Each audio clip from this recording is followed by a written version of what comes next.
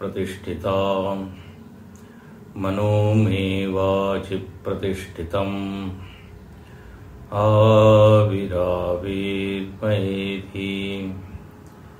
वेदस्य माणिस्तः श्रुतं मे मा प्रहासीः अनेनाधीतेन अहोरात्रान् सन्दधामि ऋतं वदिष्यामि सत्यं वदिष्यामि तन्मामवतु तद्वक्तारमवतु अवतु माम् अवतु वक्तारम् अवतु वक्तारम्।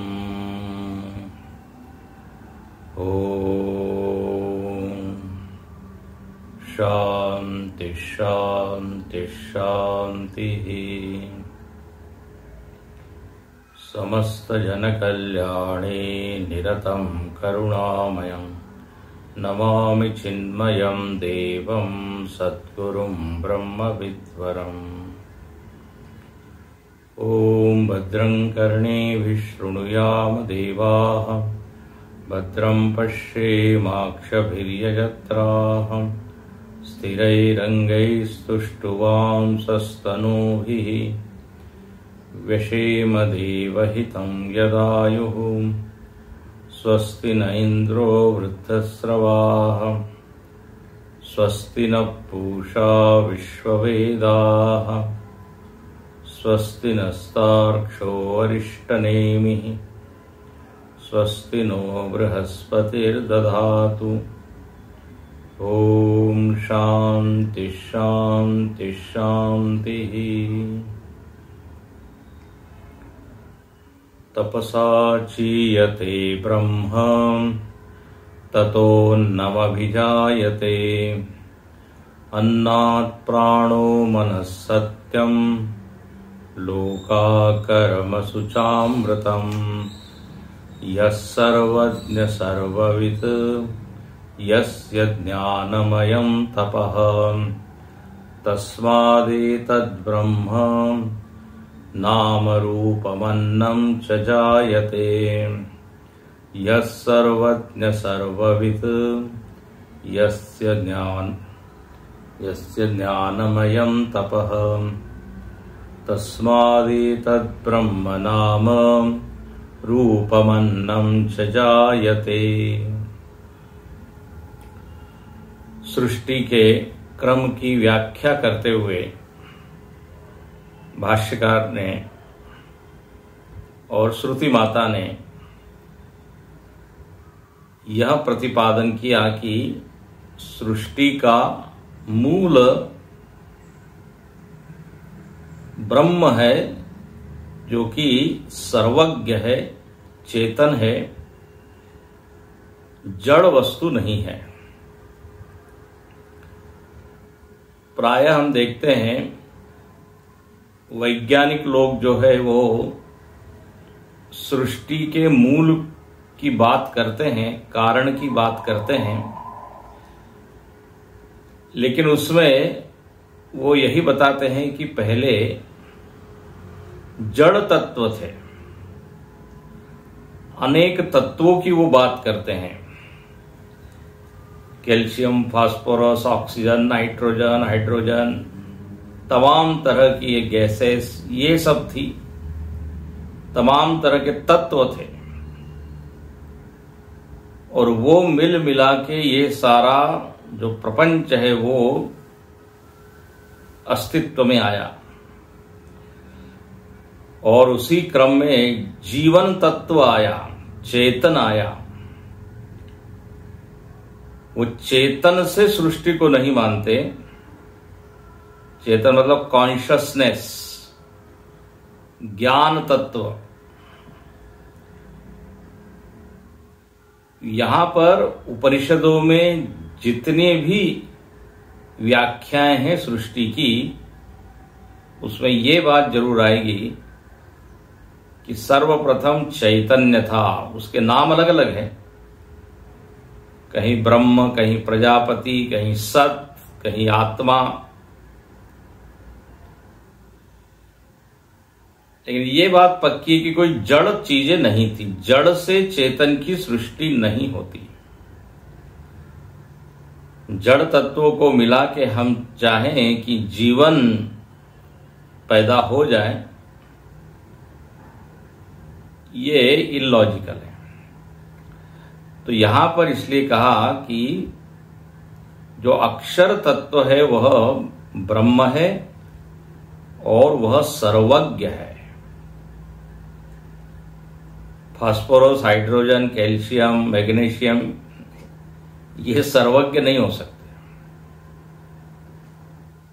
या कोई कहते हैं आग का गोला पहले एक था, उसमें विस्फोट हुआ और फिर ये ब्रह्मांड बना, तो वो तो सर्वज्ञ नहीं हो सकता। तो श्रुति यहां पर कहती है कि वह ब्रह्म सबको जानता है।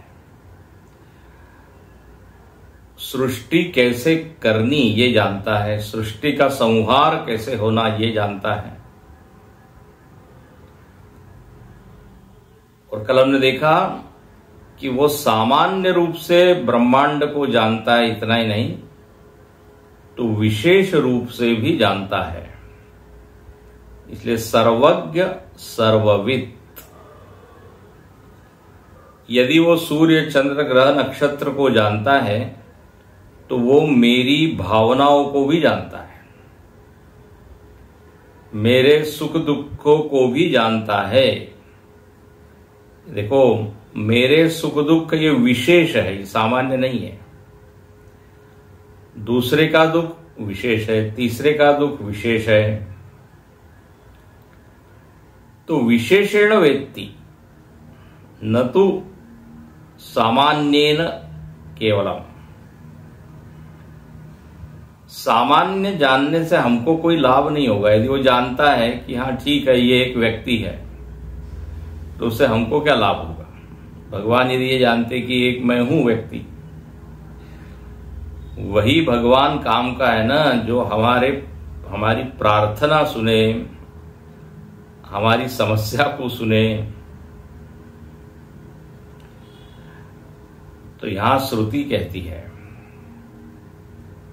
कि वह दोनों तरह से जानता है।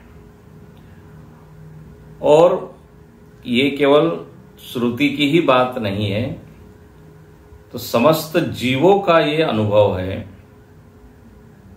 कि एक है वो जानता है, उससे हम छिपा नहीं सकते। कबीरदास जी ने बहुत बढ़िया एक पंक्ति लिखी। वो कहते हैं चींटी के पैर में यदि घुंघरू लगा हो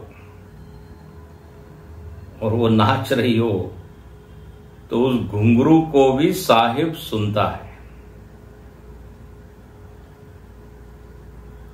उसको भी वो जानता है। तो ऐसा ये परमात्मा सबके भीतर बैठकर हमारे हाव भाव को, मनोभाव को, मनोवृत्तियों को वो जानता है। इसलिए गीता में भगवान खुद से बोलते हैं, सर्वस्य चाहम हृदि सन्निविष्ट। 15वें अध्याय में भगवान ने अपनी उपस्थिति बताई, मैं कहां कहां हूं। तो सूर्य चंद्र में हूं, तो पृथ्वी में हूं, धारणा शक्ति के रूप में धारयामी। फिर उदर में मैं पचामी, अहम वैश्वानरो भूत्वा। फिर आगे कहते हैं हृदय में बैठकर मैं जानता हूं।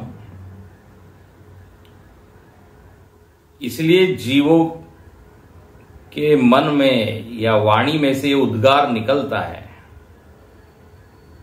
कि आप जो है, आपसे कोई चीज छिपती नहीं। दुनिया से हम भले ही छिपा ले, लेकिन सबको ये भीतर भीतर लगते रहता है कि हम दुनिया से तो छिपा रहे हैं, लेकिन इससे भी छिपाने का प्रयत्न करते हैं, लेकिन छिपता नहीं। वो परमात्मा भीतर बैठकर रोकता भी है, टोकता भी है, प्रेरणा भी देता है, शाबाशी भी देता है, प्रसन्न भी होता है। हाँ, इसलिए संत लोग अपने ही अनुभव को लिख देते हैं। ये केवल तुलसीदास जी और कबीरदास जी का ही अनुभव नहीं है। तुलसीदास जी ने हम सबके अनुभव को लिख दिया। उर प्रेरक रघुवंश विभूषण, तुम जानत सब अंतर जामी। ये एक जीव की अनुभूति नहीं है। अच्छा, इसके लिए कोई उपदेश श्रवण करके ये धारणा बनी हो ऐसी नहीं है। वो सब कुछ जानता है, वो बहुत बड़ी एक शक्ति है। इसके लिए उपदेश श्रवण करने के बाद ये विचार बना हो ऐसा नहीं है। ये अनुभव की बात है, तो बिना उपदेश के भी आस्तिक व्यक्ति ये मानता है, स्वीकार करता है। हमारे स्वामी जी बता रहे थे, बोले यदि मंच से कोई उपदेशक ये बोले, इसके उल्टा बोले कि ईश्वर तो कुछ नहीं जानता, ईश्वर में तो कोई शक्ति नहीं है, और इसके लिए वो तर्क भी दे दे, बड़ी मजेदार बात करें, तर्क भी दे दे, और हो सकता है कहीं से कोई मंत्र उठा के रख दे अपनी धारणा को पुष्ट करने के लिए, तो भी समाज उसको स्वीकार नहीं करेगा। समाज सीधा ये कहेगा कि ये अभी ठीक से जानते नहीं है। ये बड़ी मजेदार बात। उपदेशक को अस्वीकार कर देंगे, बोले इसका मत एकदम गलत है। अरे अनुभव होता है, वो केवल सब कुछ जानता है, सामान्य और विशेष रूप से नहीं, बल्कि वो एक बहुत बड़ी शक्ति भी है। इसलिए देखो, सर्वज्ञ शब्द के साथ कई बार सर्वशक्ति ये शब्द का भी प्रयोग होता है, या सर्वशक्तिमान ऐसा बोल देते हैं। सर्वज्ञ सर्वशक्तिमान, एक ही पंक्ति में ये दोनों वाक्य आते हैं। मतलब दुनिया में ऐसी ऐसी चीज होती है जिसकी हम कल्पना नहीं कर सकते, तो फिर ये मानना पड़ता है कि कोई हमसे बड़ा करता है, हम ही केवल करता नहीं है, हम ही केवल ज्ञाता नहीं है। तभी तो जीव के भीतर से उद्गार निकलता है कि एक बहुत बड़ी शक्ति है जो दुनिया को चला रही है। क्योंकि हमारी निर्णय, हमारी योजनाएं सब धरी की धरी रह जाती है। सृष्टि के जितने मनुष्य है, विद्वान मनुष्य, वो सब मिलके यदि किसी चीज का विश्लेषण करते हैं और किसी निर्णय पर पहुंचते हैं कि ऐसा होगा भविष्य में, ऐसा ऐसा करेंगे, मालूम पड़ता है वैसा कुछ होता ही नहीं, कुछ और ही बात हो जाती। अब टॉप ब्रेन जितने हैं दुनिया के, उन सब ने सोच के कोई चीज योजना बनाई,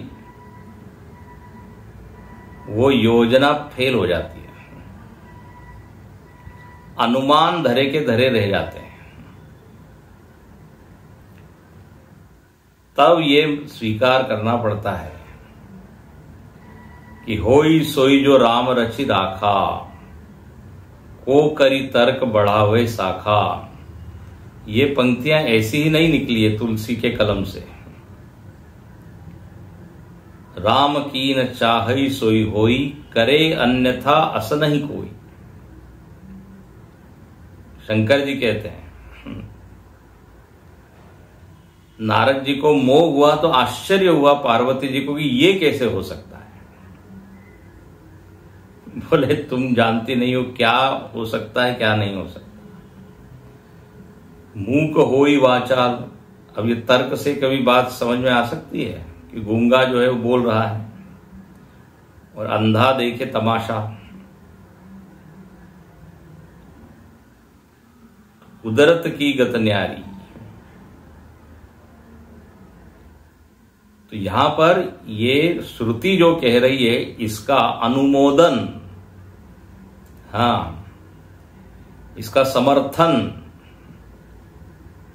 अपना अनुभव भी करता है।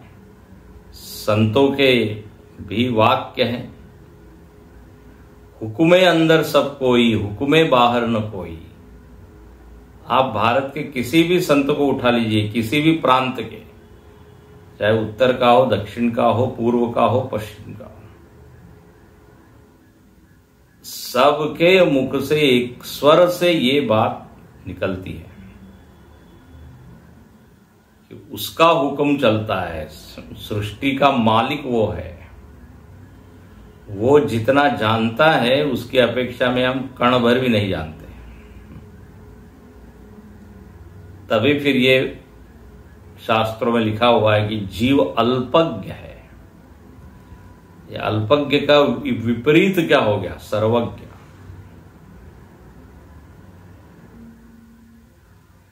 नेक्स्ट मोमेंट क्या होगा अगले क्षण वो हम नहीं जानते हैं, और उसके लिए तो पूरा जगत एक खुली किताब की तरह है। इसलिए यहां श्रुति का जो ये वाक्य है अद्भुत है। सर्वज्ञ, ये केवल श्रुति को लगता है ऐसा नहीं, जीवों को भी लगता है। एक आदिवासी, वनवासी, निरक्षर, अनपढ़ व्यक्ति भी कहता है भाई एक शक्ति है,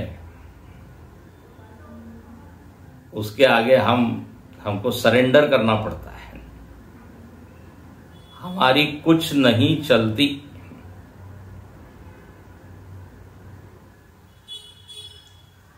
तो ये सत्य अनुभव पर्यवसायी है, अनुभव पर्यवसायी, केवल श्रुति प्रतिपादित है ऐसा नहीं है। और अनुभव मतलब एक नहीं, दो नहीं, तीन नहीं, सभी का है। हो सकता है किसी ने उस अनुभव पर ध्यान नहीं दिया हो, लेकिन वही होता है। भले वो बोल नहीं पाता हो, लेकिन मन ही मन ये जानता है, स्वीकार करता है। कई बार ऊपर से हम नास्तिक बनते हैं, निषेध करते हैं, लेकिन भीतर से स्वीकार करना ही पड़ता है, क्योंकि जो सत्य है वो सत्य है। उपनिषद ने कहा कि दो लोग बैठे हुए हैं अपने हृदय में, एक तो जीव है, हम है, और एक ईश्वर है। द्वा सुपर्णा सयुजा सखा, ये बात की है, इसी में आएगा, मुंडक में ही आएगा आगे। दो पक्षी है, तो अंतस्थ प्रभु का कोई निराकरण करें ये संभव नहीं है। तो जो ईश्वर सृष्टि का कारण है वही हृदय में भी बैठा है, वो जान रहा है। भाई यदि उसको जानना है तो बाहर बाहर ही रह के तो बात नहीं बनेगी ना, क्योंकि मन है, मन तो भीतर है, वृत्तियां भीतर है। यदि हम कहें कि वो सर्वज्ञ है और केवल बाहर है, तो फिर भीतर की बात कैसे जानेगा? सर्वज्ञ नहीं होगा, अर्धज्ञ होगा, बाह्यज्ञ होगा, केवल बाहर की चीज को जानेगा। तो इसलिए वह जो हिरण्यगर्भ है, जिसको कहा पहले भगवान का ही वो एक स्वरूप है, वो अपने भीतर भी है। तो ऐसा ये सर्वज्ञ। अब एक बड़ी मजेदार बात है, यदि भक्त से पूछा जाए, आप इतना कह रहे हो वो जानता है, जानता है, कैसे जानता है? भक्त कहेगा ये मैं नहीं जानता कि वो कैसे जानता है, लेकिन मैं ये जानता हूं कि वो जानता है, भविष्य को जानता है, मेरे कर्म फल को जानता है, आगे क्या होने वाला है वो जानता है। तो मैं ये जानता हूं कि वो सर्वज्ञ है, लेकिन वो सर्व को कैसे जानता है बोले ये मैं नहीं जानता। वो कैसे जानता है, कैसे सुनता है, उसके पास कितने कान है, यदि सबकी बात सुनता है तो कितने कान है बताइए। अनंत कान होने चाहिए उसके पास, अनंत मन होने चाहिए। लेकिन मजेदार बात है, बिना कान के सुन लेता है, ले बिना मुख के बोल लेता है। बिनु वाणी वक्ता बड़ जोगी।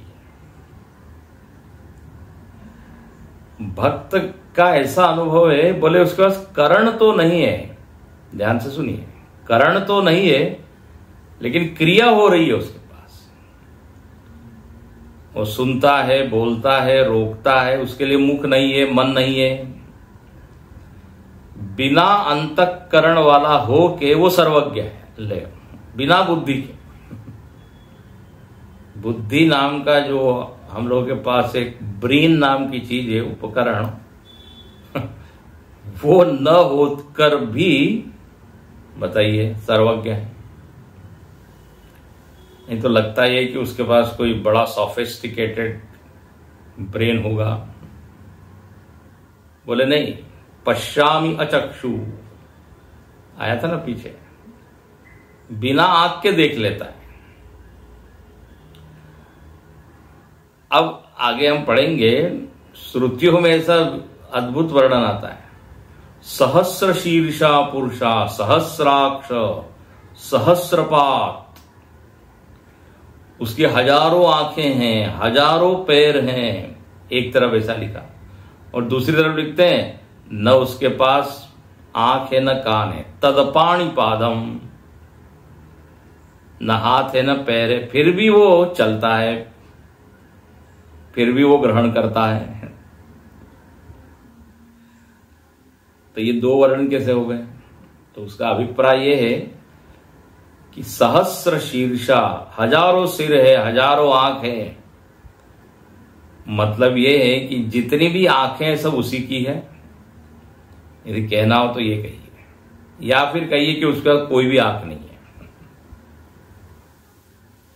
आगे हम ये आएगा विचार, देखेंगे अच्छे से। तो अभी तो केवल इतना ही रखते हैं कि करण है नहीं उसके पास, इन क्रिया का अभाव नहीं है, विशेष रूप से जान रहा है, बताइए, बिना बुद्धि के, बिना अंतःकरण के। तो भक्त तो यही कहता है माना। तो यह सर्वज्ञ सर्वविद, इसके ऊपर विचार कीजिए, बहुत मीठी ये बात है, मीठा ये विचार है, और केवल एक व्यक्ति की बात नहीं, सबकी जानता है। तो अच्छा, इसके विरुद्ध आप करके देखिए, कुछ नहीं जानता, फिर ईश्वर क्या रहा? उसमें कोई शक्ति ही नहीं है, फिर भगवान क्या? और ये ज्ञान और शक्ति दोनों साथ में चलती है। हम जगत में भी देखते हैं, यदि कोई चीज हमको बनानी है तो ज्ञान भी चाहिए और उसको बनाने की शक्ति भी चाहिए। भोजन बनाने का ज्ञान है, लेकिन मैं बीमार पड़ा हुआ हूं, शक्ति ही नहीं है, तो भोजन कैसे बनेगा? तो दोनों चाहिए। तो यहां पर ये बात हो गई, सर्वज्ञ सर्वविद यस्य ज्ञानमयम तपः, इसने तप किया। तो भाष्यकार क्या लिखते हैं? यस्य ज्ञानमयम तप, दूसरी पंक्ति देखिए, ज्ञान विकारमेव सार्वज्ञ लक्षणम तप न आयास लक्षणम। ये सर्वज्ञ परमात्मा ने जो तप किया, तो यहां बड़ा अच्छा लिखते हैं, न आयास लक्षणम, आयास वाला नहीं है, शरीर को क्लेश कष्ट देके भूखे रहकर वो कुछ तप कर रहा है, वो नहीं है। आनंद गिरि जी ने भी अपने इसमें लिखा है अंतिम वाक्य में, तपो न तो क्लेश रूपम, क्लेश रूपम तप नहीं। फिर कैसा है, ज्ञानमयम तप, सार्वज्ञ लक्षणम, बस सारा ज्ञान उसने अपने भीतर जागृत किया, यही तप है। सार्वज्ञ लक्षणम तप, न आयास लक्षणम। तप is of the nature of knowledge, not of the nature of कष्ट। और इसको यहां क्या लिखा, ज्ञानमयम ज्ञान विकारमेव, इसको विकार कहा। विकार का मतलब होता है परिवर्तन।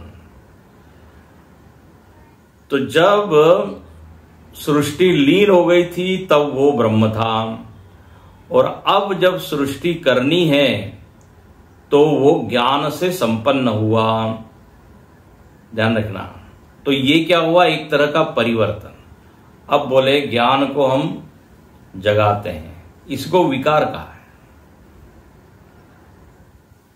एक है शुद्ध चैतन्य, बिल्कुल जिसमें कुछ भी नहीं है, लेकिन जब सृष्टि करनी है तो उसमें ये ज्ञान जो है वो स्फुरित हुआ। तो ये ज्ञान का स्फुरण ही क्या है, तप है, तप। और it is one kind of change. तो इसलिए उसका विकार, विकार मतलब हमेशा काम क्रोध इत्यादि नहीं समझना। विकार का मतलब होता है परिवर्तन। तो अब उसमें ये एक परिवर्तन हुआ कि अब हमको वो एक इच्छा वाला हो गया। आया था ना, उत्पादन की इच्छा से। तो ये तप है। अच्छा, अब जब उसने तप किया तो क्या उसमें से प्रकट हुआ, तो पिछले मंत्र में तो विस्तार से बताया, लेकिन यहां एक शॉर्ट में बता दिया, संक्षेप में। क्या बता दिया, तस्मात्, तस्मात्, तस्मात् के ऊपर क्या भाष्यकार लिखते हैं, तस्मात्, तस्मात् शब्द के आगे देखिए, यथोक्तात्, जो ऊपर वाला अक्षर है, ब्रह्म है, यथोक्त मतलब ऊपर जिसके बारे में चर्चा हुई, वो जो ब्रह्म है उसमें से, इसलिए सर्वज्ञात तुरंत लिख दिया, यथोक्तात् सर्वज्ञात, उस सर्वज्ञ ब्रह्म से क्या प्रकट हुआ, तो बोले ब्रह्म, तस्माद् एतद् ब्रह्म, श्रुति का वाक्य। इसके ऊपर भाष्य लिखते हैं, सर्वज्ञात एतद् उक्तम कार्य लक्षणम ब्रह्म हिरण्यगर्भ आख्यम जायते। हिरण्यगर्भ नामक, आख्य का मतलब होता है नामक, संज्ञा, आख्य, जिसको हिरण्यगर्भ कहा जाता है, वह ब्रह्म प्रकट हुआ। अब देखिए, ये हिरण्यगर्भ को भी ब्रह्म कहा, लेकिन कैसा ब्रह्म कहा, कार्य लक्षणम ब्रह्म। और जिसने तप किया था वो कौन था, कारण लक्षणम ब्रह्म। वो कारण ब्रह्म, ये कार्य ब्रह्म।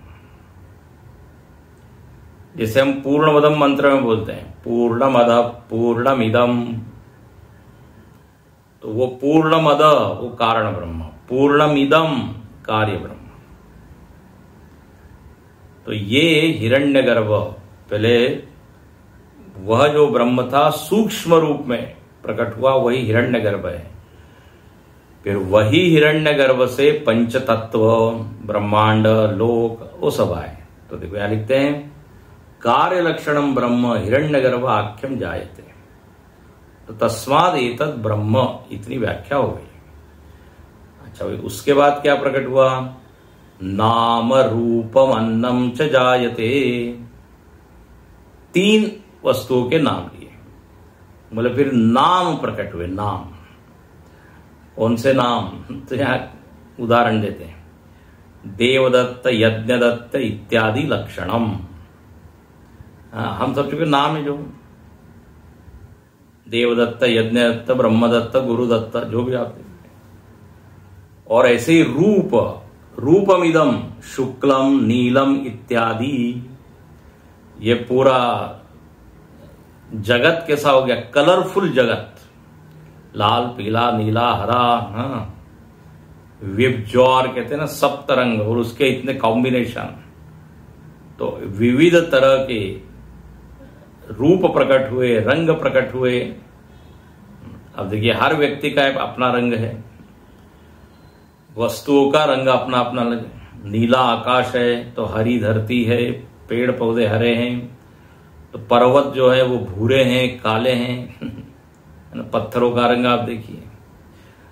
तो अलग अलग तरह से। फिर जो फल लगे हुए, फूल लगे हुए हैं, कोई पीला फूल है तो कोई लाल फूल है, सुंदर। पूरी जैसे कोई पेंटर, चित्रकार कैनवास पे चित्र खींच देता है, बनाता है। के सब कहीं न जाई का कहिए, तव रचना विचित्र हरी, समुझ पर ही नहीं रही। विनय पत्रिका में गोस्वामी ने एक पद लिखा, जबरदस्त रचना है। कैनवास दिखता नहीं, पेंटर दिखता नहीं, लेकिन रंग दिखता है, विविधता दिखती है। तो रूपम इदम शुक्लम नीलम इत्यादि ये सब प्रकट हुआ। और अन्नम च ब्रीहि यवादि लक्षणम, तीसरी बात क्या प्रकट हुई? अन्न। तो अन्नम का अर्थ यहां जो अपना परिचित, जो हमको बड़ा प्रिय है, जिसका हम इंतजार करते हैं कब भोजन मिलेगा, तो वही अन्न। व्रीहि यवादि, व्रीहि यव मतलब ये धान, जौ, चावल, गेहूं, ये सब आ गया।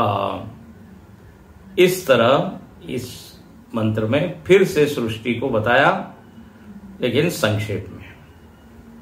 और यहां लिख देते हैं भाष्यकार, पूर्व मंत्र उक्त क्रमेण इति अविरोध दृष्टव्य। पूर्व मंत्र में जो क्रम बताया उससे इसका कोई विरोध नहीं है। हाँ, विरोध नहीं है। आप ये जरूर कह सकते हैं कि कुछ कुछ चीजें यहां पे नहीं बताई, बट डजंट मीन कि वो कुछ अलग तरह का क्रम है और ये कुछ अलग क्रम है। क्रम में पीछे में नाम नहीं बताया था, अन्न नहीं बताया था, वहां सीधे बताया लोक आया, फिर उसमें से मनुष्य प्राणी आए, फिर कर्म किया, फिर फल। तो इन दोनों को मिला लीजिए, मिला के एक बढ़िया सा क्रम सामने आएगा। इसलिए लिखते हैं अविरोध दृष्टव्य। इस तरह यहां पर इति मुंडकोपनिषद भाष्ये प्रथम मुंडके प्रथम खंड, इस तरह